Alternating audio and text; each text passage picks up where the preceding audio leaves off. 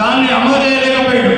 మళ్ళీ ఇప్పుడు ఈ సంవత్సరం కూడా తెలంగాణ రాష్ట్రం నుంచి నంబర్ 1 ప్రపోజల్ మరి అదే నారాయణఖేడ్ రోడ్ సేఫ్టీలో 2008 నుంచి 2014 వరకు ఎప్పుడైనా సరే నారాయణఖేడ్ కూడా ఏదైనా పని పడితే అక్కడ ఏదైనా బస కావాలంటే తన హోటల్ నాకు అమ్మలేదు ఫ్రీగా ఉద్యమాల కొరకు ఆ రకంగా బాగా ఉద్యమాల కొరకు పోరాటం చేసి తెలంగాణ రాష్ట్రం సాధించడంలో భాగస్వాములైన అనిల్ కుమార్ గారు, విధులు గౌరవనీయులు మా అన్న మాణిక్ రామన్న గారు 2 సార్లు ఎమ్మెల్యేలు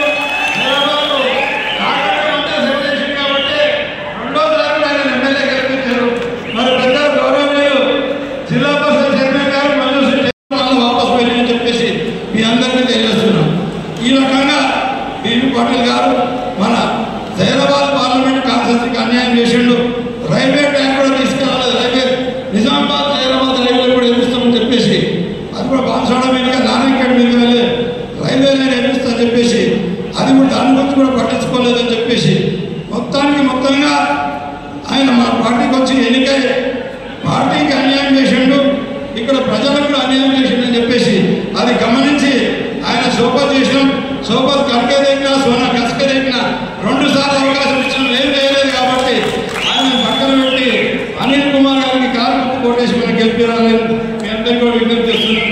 ఇంకొక వ్యక్తి కాంగ్రెస్ పార్టీ అభ్యర్థి మొన్ననే కాంగ్రెస్ పార్టీ ఎమ్మెల్యే టికెట్ వచ్చింది, అది 5 కోట్ల రూపాయలకు అమ్ముకున్నాడు. అమ్ముకొని ఓడిపోతాను భయపడితే అమ్ముకొని ఇప్పుడు పార్లమెంట్ నిలబడతాం. ఆ మనిషిని కూడా చూసినాం మనం. ఎమ్మెల్యేగా చేసిండు 5 సంవత్సరాలు, ఎంపీగా చేసిండు 5 సంవత్సరాలు. ఏం చేసామయ్యా అంటే తిన్నవర బస్సు వస్తే తిన్నా, తాయినవర బస్సు అంటే తాయినా, రాత్రి 12 గంటలు పొద్దున 8 గంటలకు చేసి మళ్ళీ ఉత్తారు కొట్టేది. ఈ ప్రజలను పట్టించుకోలేదు, కేవలం దోపిడీ చేసిండ్రు. నారాయణఖేడ్ ప్రాంతాన్ని పుడుల భూములను కూడా ఇవ్వలేదు. మరి మొరం చేకరం ఆయన ఎంపీ పార్లమెంట్ కాన్స్టిట్యూన్సీ నిధులు, ఎమ్మెల్యే పార్లమెంట్ కాన్స్టిట్యూన్సీ నిధులు 10 సంవత్సరాలు వాళ్ళ కుటుంబం దోసుకొని తిరిగిపోయింది. నారాయణఖేడ్లో చెరువులు కుంటలు వేసుకోవడానికి అవకాశం ఉన్నా మరి ఉద్యమాలను ఆపేసే కొరకని అప్పటి మాజీ దివంగత ఎమ్మెల్యే కిష్టారెడ్డి గారు, ఈ సురేష్ శెట్కర్ గారు మన ఉద్యమాన్ని ఆపే కొరకని కిరణ్ కుమార్ గారి దగ్గర 14 కోట్ల రూపాయలు తెచ్చుకొని ఎక్కడ ఒక గంపెడు మట్టి వేయకుండా మన ప్రాంతాన్ని దోసుకొచ్చిన నాయకుడు. మన ప్రాంతానికి పై వచ్చు మనకు రావాల్సిన హక్కుగా రావాల్సిన మోడల్ స్కూల్ సైజ్ వస్తే అప్పటి కిష్టారెడ్డి గారు ఈ షట్కార్ గారు కలిసి భూములు పెట్టక 3 మోడల్ స్కూల్స్ కూడా వాపసు పోయినాయి అని చెప్పేసి ఈ రకంగా వాళ్ళిద్దరు కూడా ఈ రకమైన వ్యక్తులు. ఇక పార్టీల విషయానికి వస్తే అది బీజేపీ పార్టీ మతతత్వమైన పార్టీ, వాళ్ళకు ఒక సిద్ధాంతం లేదు, ఏమీ లేదు. మన తెలంగాణ ప్రాంతానికి అన్ని రకాలు కూడా మన రాష్ట్రం ఏర్పాటు చేసిన తర్వాత అన్యాయం చేసిన పార్టీ, తెలంగాణ ప్రాంతాన్ని అభివృద్ధికి దూరంగా ఉంచిన పార్టీ ఆ బీజేపీ పార్టీ. ఇక కాంగ్రెస్ పార్టీ మొన్న ఇచ్చిన హామీలన్నీ మీ అందరికీ తెలుసు. 420 హామీలు ఇచ్చి అందులో ఒక్క హామీ కూడా పూర్తి చేయకుండా మోసపూర్తిమైన మాటలు చెప్పి ప్రజలని మభ్యపెట్టి అరచేత వైకుంఠం చూపెట్టేసి అధికారంలోకి వచ్చిన పార్టీ ఆ కాంగ్రెస్ పార్టీ. మన తెలంగాణకు కాంగ్రెస్ చేసింది ఏం లేదు, తెలంగాణ రాష్ట్రాన్ని అడ్డుకున్నది. ఎంతో మంది పిల్లల ప్రాణాలు బతుకున్న పార్టీ కాంగ్రెస్ పార్టీ. ఈరోజు కూడా తెలంగాణ ప్రాంతాన్ని దోషి దేశమంతటి కూడా నిధులిచ్చి కాంగ్రెస్ పార్టీ మన తెలంగాణ పార్టీని దోసుకొని తింటుంది.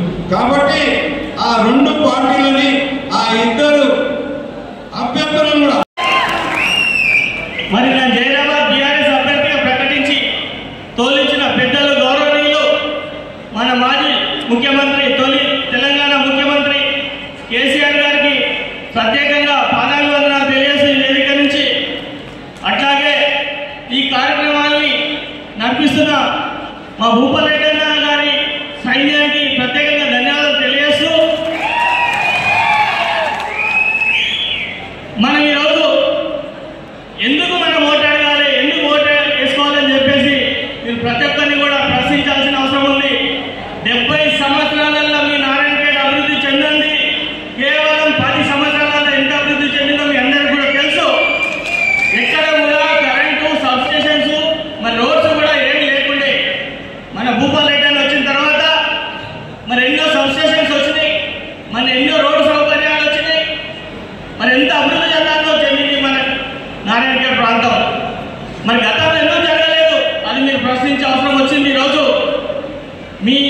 వాడకు మీ ఇంటికి వచ్చి బీజేపీ వాడైనా సరే కాంగ్రెస్ వాడైనా సరే మిమ్మల్ని ఓటు అడగడానికి వచ్చినప్పుడు ఇది ప్రశ్నించమని చెప్పి మిమ్మల్ని అడుగుతా ఉన్నా. ఈరోజు ఖచ్చితంగా వాళ్ళని నిలదీసే రోజు మనకు ఏర్పడ్డది. కాబట్టి మా ప్రాంతం అంతా 70 సంవత్సరాల నుంచి ఎందుకు అభివృద్ధి చెందలేదు, కేవలం 10 సంవత్సరాల ఎందుకు అభివృద్ధి చెందిందని చెప్పి మీరు ప్రశ్నించే రోజు వచ్చింది. కాబట్టి మీరు అందరూ కూడా ప్రశ్నించే గొంతుగా వాళ్ళని నిలదీసే అవసరం వచ్చింది.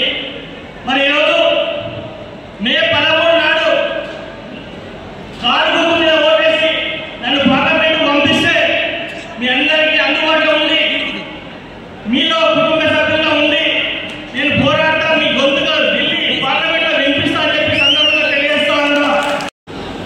2 గంటలు అవుతున్నప్పటికీ ఆకలి అవుతున్న ఈ సమావేశంలో కూర్చుండి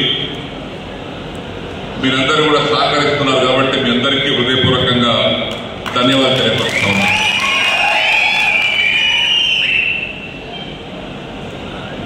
ఆకలి అవుతున్న వారి చేతులు ఇవ్వండి. ఆకలి అవుతున్న వారు దిద్దండి. శ్రీనివాస్ రెడ్డి మాట్లాడేదాకా అందరం ఇక్కడే ఉంటామని వాళ్ళ చేతులు ఇవ్వండి.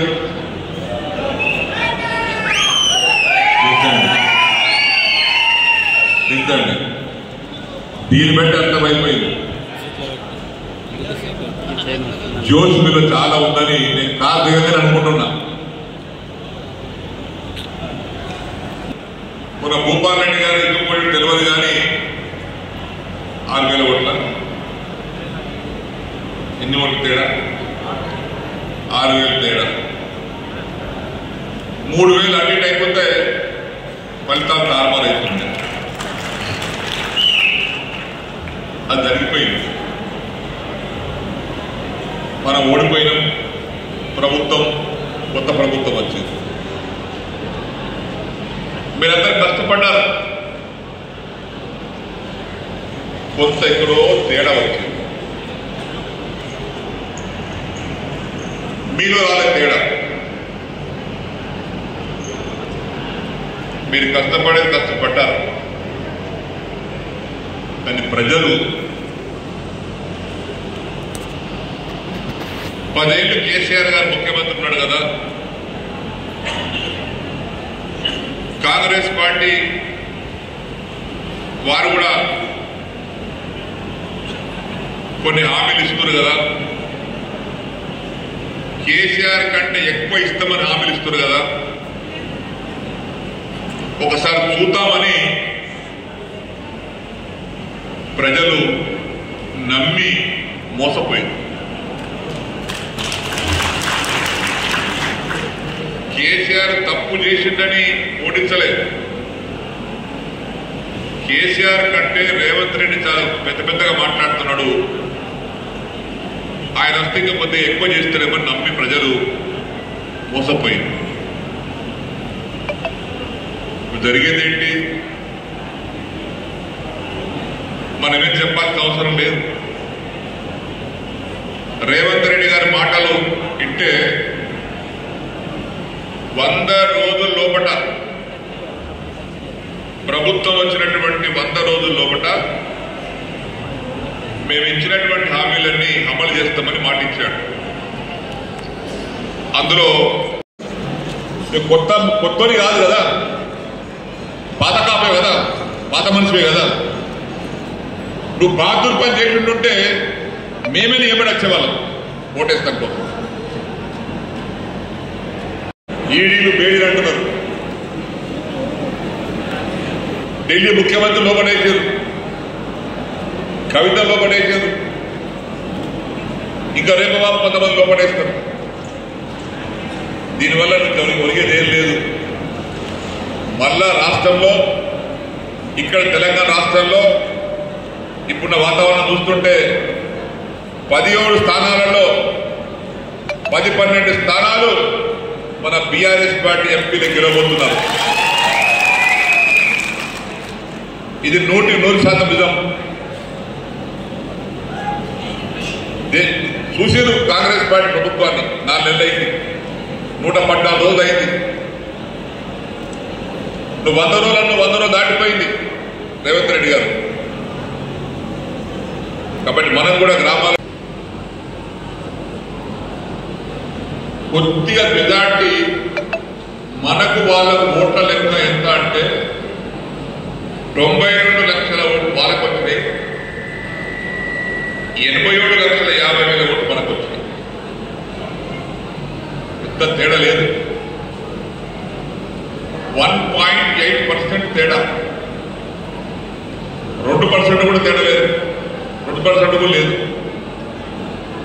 అయినా ప్రభుత్వం వారికి అధికారం వచ్చింది, మనం దిగిపోయినాం. మీరు పరిపాలించండి, కానీ ప్రజలకు మోసం చేయకండి.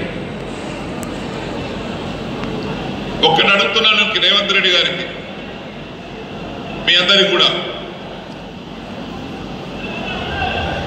రైతు బంధు ఇస్తామన్నాడు 15,000 ఇచ్చిండా? రుణమాఫీ చేస్తామన్నాడు చేసిండా? 24 గంటలు కరెంట్ ఇస్తానని ఇస్తుండా? కౌలు రైతులకు 15,000 రూపాయలు ఎకరానికి ఇస్తానని ఇచ్చిండా?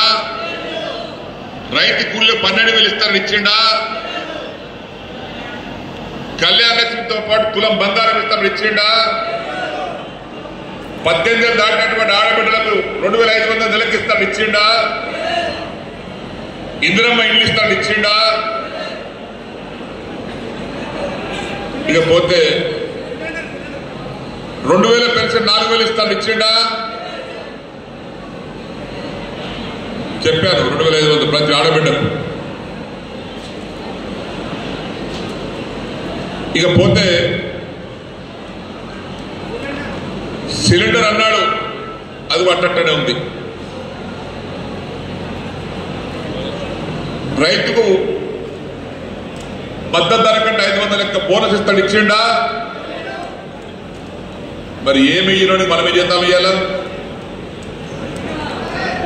మనం కూడా బట్టి తెలుసుకోవాలి కదా. ఆయన ఏ నిబంధనకి మన జవాబు ఏముండాలి? ఓట్లతోటి దిమ్మ తిరగట్టు ఉండాలి. అబద్ధం చెప్పేవాడికి, ప్రజలను మోసం చేసి అబద్ధం చెప్పేవాడికి దిమ్మ తిరగట్టు ఉండాలి మన రిజల్ట్.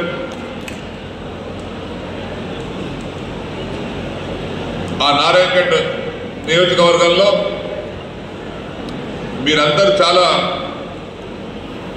యోధులు, పోరాట యోధులు మీరు. నారాయణగఢ్ వాళ్ళు నమ్ముకున్న వాడికి నమ్మినంత పనిచేసే వ్యక్తులు మీరు, మోసం చేయనటువంటి వ్యక్తులు మీరు. చేస్తే ముఖముఖటి మోసం చేస్తారు, కానీ సాటి మోసం చేయరు. ఆ ధైర్యం సాహసం ఉన్నటువంటి వ్యక్తులు. 50 ఏళ్ళ అమ్మ మా దగ్గర సింగపూర్ తాండకు వచ్చింది. వాడు చుట్టాలు ఉంటారట. పోంగ ఇంటికి పోయింది నీళ్ళందని, అది కూర్చోబెట్టి నీళ్ళు ఇచ్చారు. ఏ ఊరమ్మంటే నారాయణగఢ్ తాండ చెప్పింది. యాడికి వచ్చిన అంటే తాండలో చుట్టాలు ఉంటారని వచ్చినా చెప్పింది. వాళ్ళు మాట్లాడుకుంటే ఎట్టుందామా మీది కంటే మరి ఏం చేస్తారు, ఏమో మళ్ళీ ఓటు దేనికేస్తారంటే మొన్న మోసపోయినాం, అలా మొదలాడుకొని కాంగ్రెస్ ఓటేసినాం,